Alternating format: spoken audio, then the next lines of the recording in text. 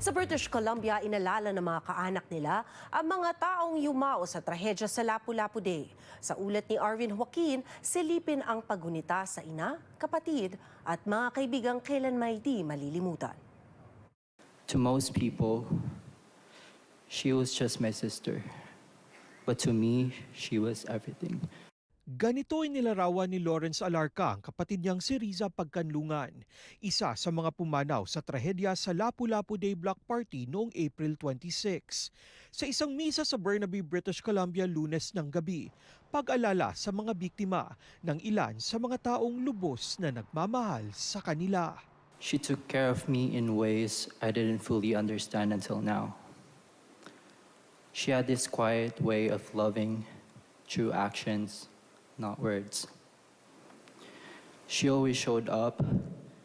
She always gave, even when she was running on empty.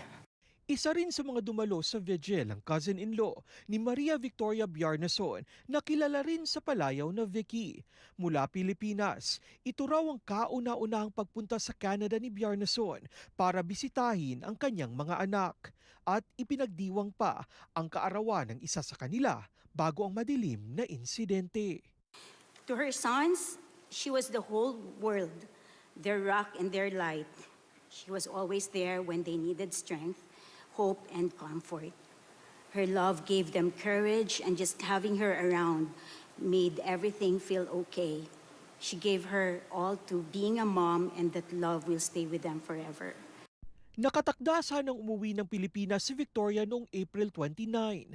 Ang sinapit sa Canada, ikinagulat din ng mga kapatid niya sa Pilipinas na ani Doria, hinihintay na raw sana ang pag-uwi ni Bjarnason bago pa man ang trahedya.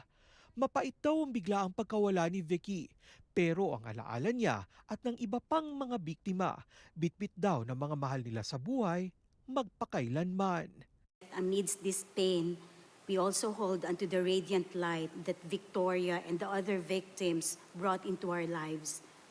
We will carry her memory forward, not just in our thoughts, but in the way we choose to live, by extending care to one another, by embracing moments of joy, and by offering love freely, just as Victoria did every single day of her remarkable life. 11 katao ang patay at dose-dosena ang sugatan sa pag-araro ng isang SUV sa mga dumalo sa Lapu-Lapu Day Block Party. Nasa kustudiya ang 30 taong gulang na suspect Kai G. Adamlo na nakatakdang muling umarap sa korte May 30. Samantala, para sa mga nagdadalamhating pamilya, ang pagmamahal sa yumaong kaanak di raw magtatapos sa isang malagim na trahedya.